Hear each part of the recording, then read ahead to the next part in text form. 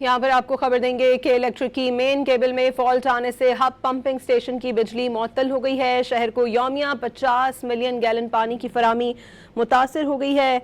आपको ये बताएं कि हब पंपिंग स्टेशन से कराची को यौमिया 85 मिलियन गैलन पानी की फराहमी मुतासर हो गई है कि इलेक्ट्रिक की मेन केबल में खराबी हुई है।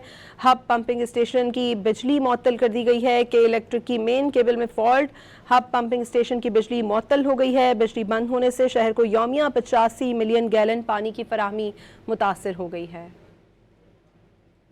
यहाँ पर आपको खबर देंगे कि इलेक्ट्रिक की मेन केबल में फॉल्ट आने से हब पंपिंग स्टेशन की बिजली मुअत्तल हो गई है। शहर को यौमिया 50 मिलियन गैलन पानी की फराहमी मुतासर हो गई है।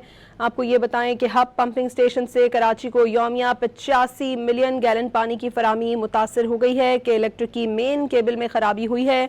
हब पंपिंग स्टेशन की बिजली मुअत्तल कर दी गई है कि इलेक्ट्रिक की मेन केबल में फॉल्ट, हब पंपिंग स्टेशन की बिजली मुअत्तल हो गई है। बिजली बंद होने से शहर को यौमिया 85 मिलियन गैलन पानी की फराहमी मुतासर हो गई है।